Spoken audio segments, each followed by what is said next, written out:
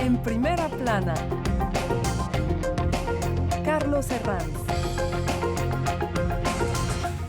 Bienvenidos en Primera Plana, un programa de Radio Francia Internacional y de France 24. Esta semana ponemos el foco en el Sahel, esa vasta región subsahariana que desde hace tiempo inquieta a la comunidad internacional por la propagación del terrorismo yihadista. Para analizar lo que está pasando en el Sahel, hoy nos acompañan en este estudio Beatriz de León Cobo, investigadora del Centro de Seguridad Internacional de la Universidad Francisco de Vitoria. Bienvenida, Beatriz. Muy buenos días, Carlos. Robin Guitart, responsable de influencia para África Occidental de la organización Oxfam. Bienvenido, Robin. Hola, Carlos. Y en duples, François Xavier Freland es periodista independiente, fue corresponsal en Mali y además publicó en 2017 el libro Mali más allá de la yihad. François Xavier, bienvenido. Hola, buenos días. Sahel, una región crucial para la seguridad global, hoy en Primera Plana.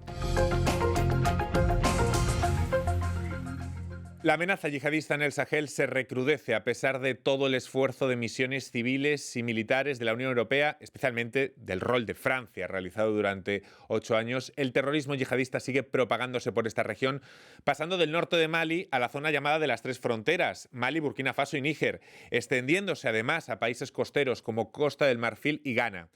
Y todo esto mientras la industria del secuestro florece en esta región. Unas 3.000 personas han sido raptadas en lo que va de año por grupos armados y yihadistas, prácticamente el doble que en todo 2020. Hoy analizamos la realidad del Sahel, pero antes repasemos algunas portadas. Diario Liberación lleva preguntándose desde hace años ya, como en esta portada de 2019, Sahel, ¿guerra hasta cuándo?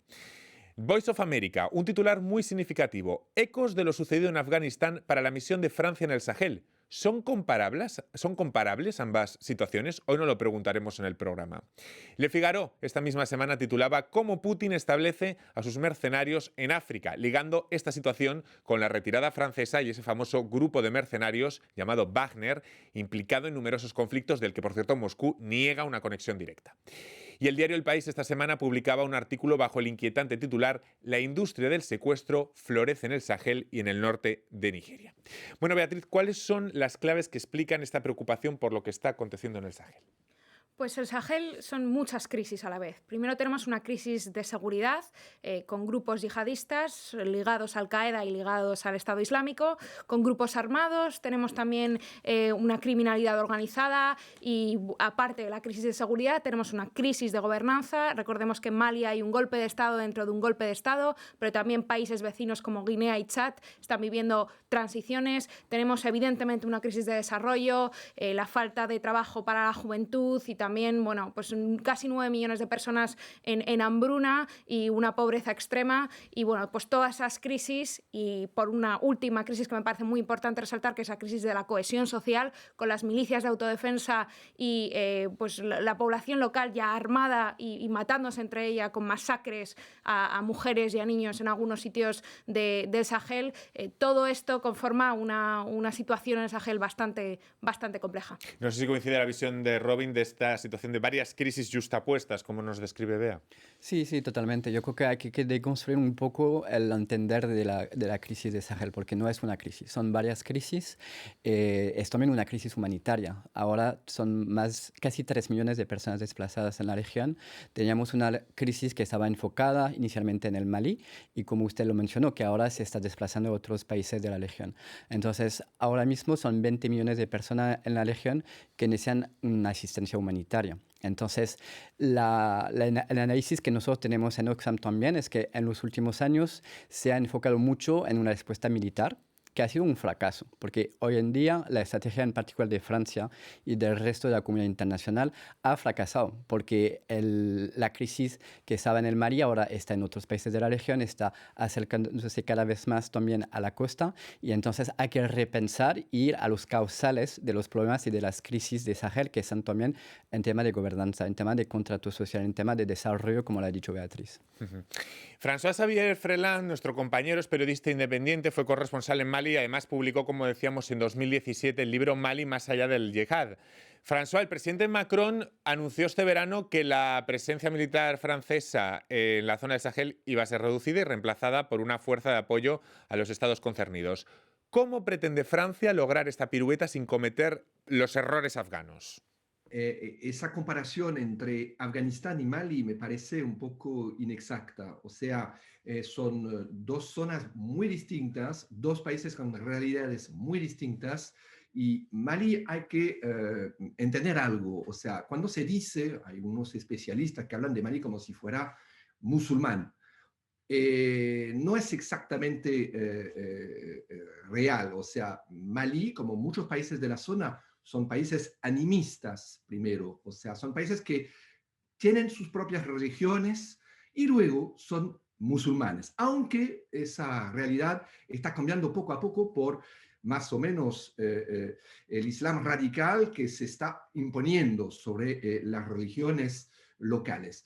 Luego, bueno, Francia no quiere retirarse del Sahel, o sea, quiere retirarse de Mali poco a poco.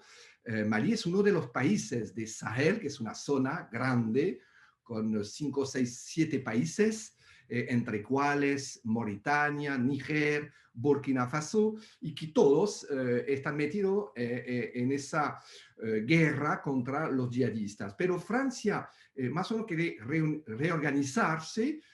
Entonces Francia quiere más o menos responsabilizar a los malienses de su destino frente a esa amenaza terrorista. Pero no sé si coinciden con el compañero de que no es tan comparable la retirada de tropas estadounidenses de Afganistán con la de Francia del Sahel. ¿Cómo lo ven, Bea? Sí, efectivamente, la situación es completamente distinta. Es verdad que lo que tenemos que hacer es aprender de los errores que hemos cometido en Afganistán, porque las operaciones en el Sahel llevan ya 8 años, o sea, son muchos años, pero lo que está claro es que la sociedad civil y las crisis de gobernanzas que hay en el Sahel, sobre todo en Mali, son completamente distintas al escenario de Afganistán, y también, sobre todo, que los grupos yihadistas son unos actores, pero de hecho tenemos AQMI y tenemos los grupos ligados a Daesh. Pero es que además tenemos a la revolución tuareg del norte de Mali, que bueno, aunque ahora ya se han calmado las cosas, esos son actores armados que siguen el terreno. Tenemos muchas milicias intercomunitarias, entonces no es como en el caso de Afganistán, donde había una fuerza que son los talibanes y luego estaba el Estado, ¿no? En este caso la presencia internacional también es distinta. En Afganistán era la operación americana, en Mali hay más actores, está la Unión Europea involucrada, pero también está MINUSMA, que es un gran actor en la región, y por supuesto Barkhane. Así que los escenarios no me parecen comparables, pero lo que sí que me parece muy interesante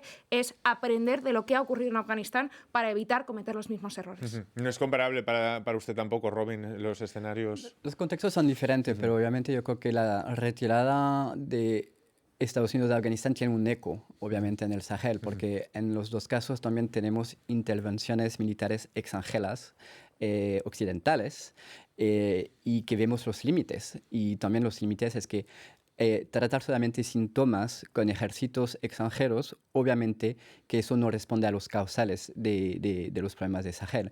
Y entonces ahí también estamos en esta situación, después de 8 años, en particular de Francia, militarmente involucrada en el Sahel, vemos que si no respondemos también a los temas de gobernanza, de desigualdad, de pobreza, que todo eso alimenta fuertemente las crisis en el Sahel, obviamente es un ciclo que nunca se va a terminar. ¿Qué balance podrían hacer de estos años de presencia de Francia en el Sahel? ¿Cómo podríamos calibrar un poco? Bueno, pues al principio la operación que estaba en el Sahel de Francia era Serval y tenía un objetivo claro, que era parar a los yihadistas que estaban bajando porque las fuerzas armadas malienses se habían retirado por causa de la revolución tuareg, y entonces estaba el norte totalmente vacío y los grupos yihadistas pues habían cogido, junto con los grupos armados tuareg, prácticamente toda la región.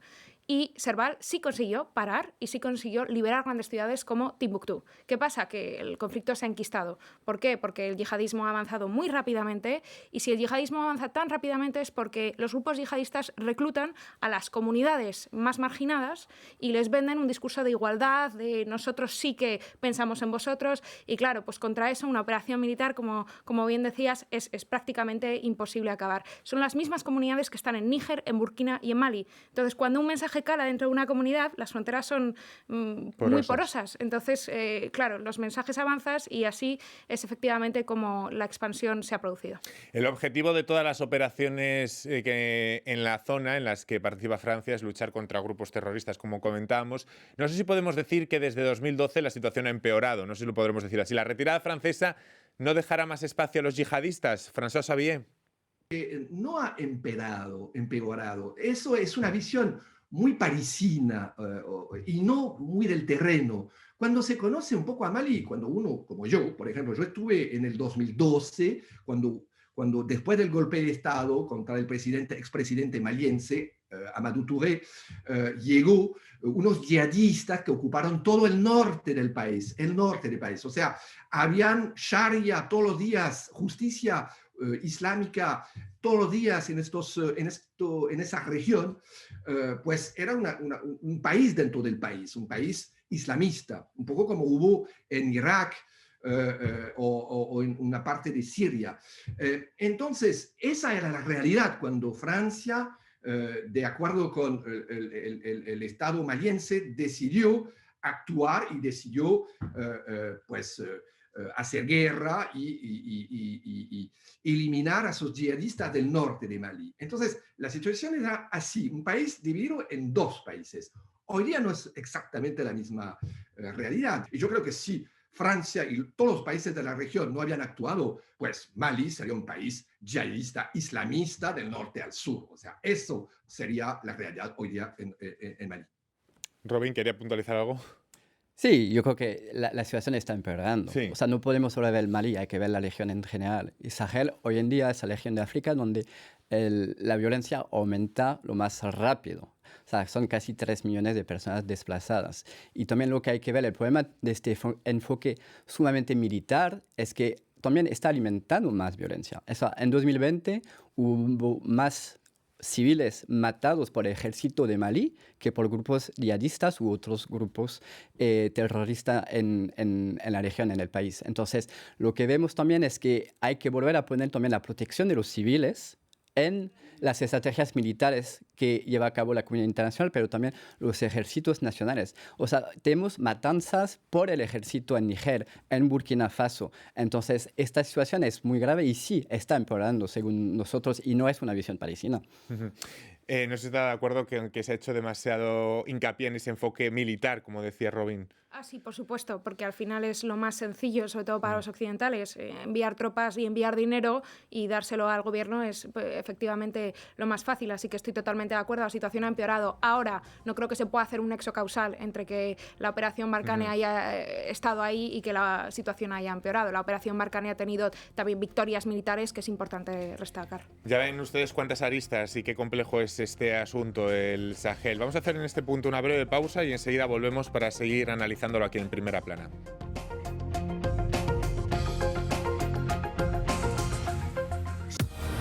Todas las semanas tenemos una cita para hablar de mujeres. En ellas hoy hablamos de nuestra diversidad, nuestros logros y nuestras luchas constantes. Aquí entrevistamos a las que generan el cambio en el mundo y les contamos sus historias. Ellas hoy en France 24 y France24.com.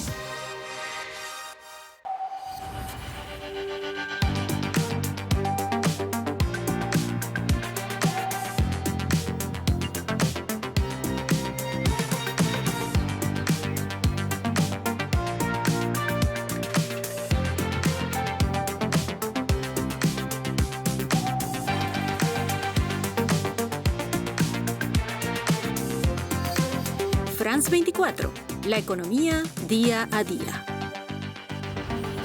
Liberté, égalité, actualité.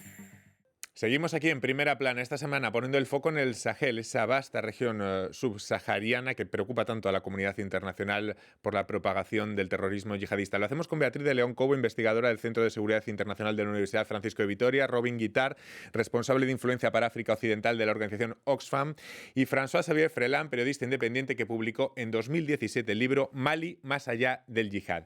Bueno, hablemos de cómo funciona el yihadismo en el Sahel, de su financiación y de sus recursos. La industria de los secuestros se ha multiplicado, como decíamos al principio. ¿También usan rutas de flujos de inmigrantes ilegales?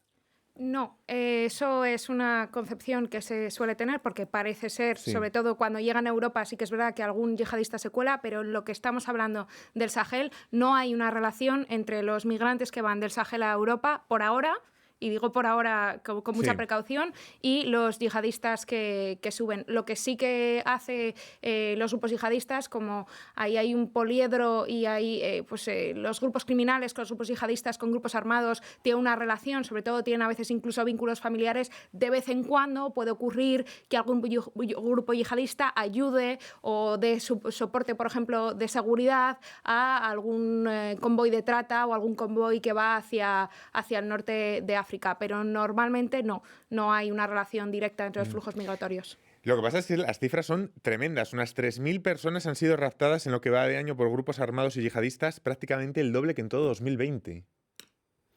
Son cifras que impresionan, cuanto menos. Sí, son cifras que impresionan. Creo que hay que ver también el impacto sobre las poblaciones también hay en el terreno. Perdón, es que yo no soy la persona más adecuada para responder a eso. Perdón. De 2006 a 2012, por ejemplo, ACMI tuvo 60 millones de euros en recursos gracias a los secuestros, y aparte de los secuestros, que es su gran fuente de financiación, también me gustaría resaltar la Zakat, que es el impuesto revolucionario que a todas las poblaciones del Sahel, pues los grupos yihadistas van y les reclaman que les paguen ese impuesto para los recursos, y luego también hay mucho de contrabando. Entonces yo creo que eso serían las tres formas de financiarse, teniendo sobre todo los secuestros como mayor fuente de financiación. Volvemos en este punto con François-Xavier Freland, periodista independiente que publicó en 2017 Mali más allá del yihad. François-Xavier, ¿qué decir de las otras potencias? ¿A quién beneficiará el hecho de que Francia esté menos implicada? Evidentemente Rusia está interesada a tener una presencia como lo tenía antes en la época soviética en África, en muchos países. ¿Por qué? Porque África es un continente con muchas riquezas naturales. Entonces, sabemos también que en Mali hay un convenio entre el Estado ruso, el Estado maliense y unas milicias rusas privadas. Pero detrás de las milicias rusas privadas, obviamente está un poco metido el Estado ruso. O sea, hay que recordarse lo que ocurrió en Siria. En Siria los rusos mandaron primero unas milicias y luego mandaron las tropas para terminar con los yihadistas. Entonces, evidentemente Rusia, China también, eso se sabe muy bien que China es la nueva superpotencia en África, mucho más que Francia, en todos los países casi. Rusia está trabajando que haya yihadistas, que haya demócratas, no le importa. Y luego hay potencias más pequeñas, pero que son muy importantes y muy presentes, que son, por ejemplo, Turquía. Turquía, que detrás de intereses económicos tiene obviamente intereses religiosos, y luego también hay todos los países del Golfo. Sí, antes denunciaba a Robin una visión demasiado militarista en esta cuestión. No sé si la pregunta sería entonces si es imprescindible una respuesta militar al terrorismo, o qué otras respuestas o qué otras estrategias deben ponerse en marcha, Robin. Bueno, yo creo que hay tema de gobernanzas que es clave y que la comunidad internacional ha minimizado en los últimos años. Como decía Beatriz, o sea, ahora mismo en el Sahel tenemos dos países que están gobernados por juntas militares, o sea, Chad y Mali. Y eso es sumamente preocupante, porque tenemos una situación donde básicamente no hay confianza entre poblaciones y gobernantes. Y entonces, si no ayudamos a reconstruir un contrato social que está totalmente roto en la ciudad de Sahel, obviamente vamos a seguir sin responder otra vez a las causales. Entonces, hay cuestiones de desarrollo, hay cuestiones de gobernanza, hay cuestiones de cohesión social. Lo que vemos de la estrategia de Francia en los últimos años es que Francia gasta cada año 1.000 millones de euros en intervención militar. Entonces, ha sido en un aumento tremendo en los últimos 8 años. Su ayuda internacional a Sahel está casi flat, o sea, no ha cambiado en los últimos 8 años. Entonces, ahí también viene el problema, y es la responsabilidad también de la comunidad internacional. Decir, nosotros estamos invirtiendo de manera desproporcionada en lo militar sin ayudar a esos países también en cuestiones de desarrollo es muy problemático. En los últimos años también lo que hemos notado nosotros en Oxfam es que esos países tienen presupuestos militares y de seguridad que están muy en aumento. Significa que también, porque son países países pobres que tienen presupuestos cada vez menos reducidos para justamente invertir en la salud pública, en la educación, en la protección social, en política agrícola, porque son también sociedades muy agrícolas. Y entonces ahí hay que invertir las dinámicas donde el militar está llevando casi todo. Ujú. Y en esta cuestión de las inversiones aparece también un elemento clave que a mí me parece que es la juventud, ¿no? Estas carencias, sobre todo de una juventud sin perspectivas, no sé si propician un enrolamiento en los grupos criminales. En los grupos criminales, por supuesto, al final es dinero fácil y bueno, pues los grupos criminales pagan muy bien y incluso los grupos yihadistas también y los grupos armados en general pagan muy bien y lo más importante en el Sahel es que hay una crisis demográfica inmensa. Estamos hablando de una media de 6 hijos por mujer que tienen en Níger, en Mali, en algunos sitios de Mali y en Burkina Faso. Entonces, cuando tienes tanta demografía, el cambio climático que hace que haya menos, por ejemplo, porciones agrícolas disponibles para una población en aumento, te encuentras con una juventud que no tiene muchas salidas, muchas oportunidades laborales. Y justo la criminalidad organizada, sobre todo, es en los círculos que se forman alrededor de las ciudades grandes, porque las personas bajan de poblados que están por toda la zona, intentan ir a una ciudad grande pensando que van a tener más oportunidades y no las tienen. Y es ahí justo cuando se enrolan en este tipo de bandas. Claro, es que, Robin, son países demográficamente muy jóvenes y una juventud sin perspectivas. Sí, pero creo que el tema de la juventud es muy, muy interesante, pero siendo también un poco más optimista, yo creo que también quizás es la clave de la solución, porque tenemos una población efectivamente muy joven, pero que está también aportando muchas soluciones. Nosotros en Oxfam trabajamos muchos con grupos, movimientos de juventud en esta región y lo hemos visto, por ejemplo, durante la pandemia. O sea, son grupos de jóvenes movilizando sus comunidades, llevando soluciones muy concretas y entonces esa juventud no está esperando respuestas de sus gobiernos o respuestas de la comunidad internacional. No, son muy activos desde ya y entonces yo creo que también hay que poner más enfoque, apoyar más a esos grupos, en particular grupos de mujeres, porque también son pues históricamente más las que han sido más marginalizadas en esas ciudades como en casi todas las sociedades del mundo. Y entonces yo creo que hay también mucho optimismo que tener con esta juventud y entonces hay que apoyarla más. La situación, volvemos en este punto con François Xavier Freland, la situación en la región no es para nada estable. En Mali y en Chad hubo golpes de Estado hace pocos meses. Las tensiones entre París y Argelia son más que palpables. Además del costo humano y financiero, este contexto es un argumento más para reevaluar, digamos, su presencia en la zona. Francia, en cualquier caso, no quiere salir a la estadounidense de Afganistán, digamos. Y hay que entender que hoy Francia quiere absolutamente que los europeos se agrupan con ella para también evitar una nueva ola migratoria después de que, por ejemplo, pues los yihadistas, los islamistas toman poder en Bamako, por ejemplo.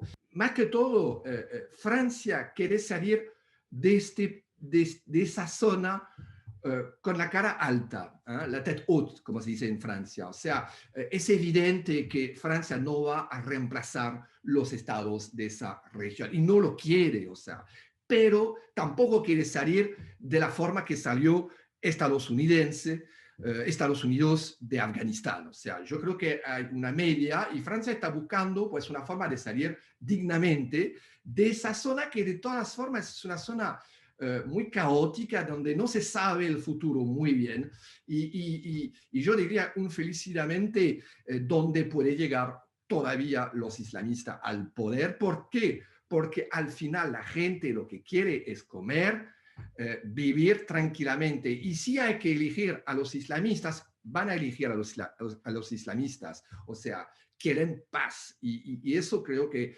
la diplomacia francesa lo tiene bien en cuenta. Y luego un punto por el que hemos pasado un poco de refilón es el tema del pago de rescates, que aquí, claro, cada país funciona de una forma distinta. Hay varios asuntos de fondo, como la cuestión ética de cómo los estados occidentales deben comportarse respecto a los secuestros. No les voy a preguntar lo que se debe hacer, pero sí quién debe determinar eso. Porque a veces lo que parece es que son los estados en este punto actúan según las pulsiones de la opinión pública, ¿no?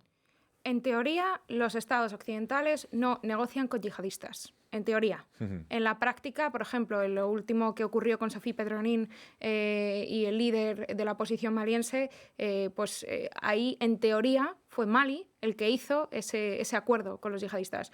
Los malienses y las poblaciones del terreno han acordado con ellos toda la vida, porque es que los líderes de la yihad en el Sahel no vienen de Arabia Saudí, es que son nacidos y crecidos en Mali, y algunos han tenido hasta cargos políticos, como el jefe de Al-Qaeda, bueno, de la facción de Al-Qaeda que está allí. Entonces, es muy importante tener en cuenta que los propios malienses les conocen muy bien, y ellos han sido los que han decidido negociar, y en teoría lo que pasa es que hay consecuencias para las misiones internacionales. Por eso Francia se opone tanto a las negociaciones con yihadistas. Entonces, yo pienso que, por supuesto, tienen que ser ellos los que decidan, apoyados o no por la comunidad internacional, depende del país y las circunstancias. Bueno, pues para acabar me gustaría preguntarles a los dos, mirando al futuro, ¿qué políticas deberían implementarse para controlar el terrorismo en el Sahel? Ya más brevemente, Robin.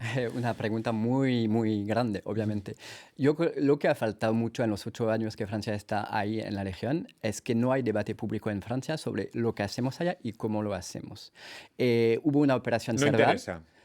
No es que no interesa, es que básicamente tenemos decisiones que están tomadas desde el Eliseo y que no hay debate público. No hay debate tampoco en el Parlamento en Francia. O sea, tuvimos una operación Serval en 2013, hubo un voto en el Congreso en Francia, hubo la operación Barkhane después y nunca se votó más sobre lo que nosotros hacemos allá y cómo lo hacemos. Entonces, ahora yo creo que es el momento clave. O sea, tenemos una reestructuración de Barkhane, tenemos el ejemplo de Afganistán, tenemos elecciones que están por venir en Francia. Yo creo que es el momento de abrir un debate público y sobre todo de escuchar a la gente de Sahel, de la sociedad civil del Sahel, de las poblaciones y de la juventud del Sahel, porque son ellos que tienen la respuesta. No somos nosotros occidentales de cómo vamos a resolver esos problemas, porque como dijo el otro interveniente, o sea, no es Francia que va a cambiar las cosas, hay que ver cómo apoyar soluciones concretas del terreno. Pues ya me quedo sin tiempo para más. Muchísimas gracias por haberme acompañado en esta edición en un tema tan complejo. Beatriz de León Cobo, Robin Guittard y François Xavier Freland. Ha sido un placer compartir estos minutos con ustedes. Nosotros nos despedimos aquí, pero volvemos la próxima semana aquí en Primera Plana de Radio Francia Internacional y de France 24. Muchas gracias.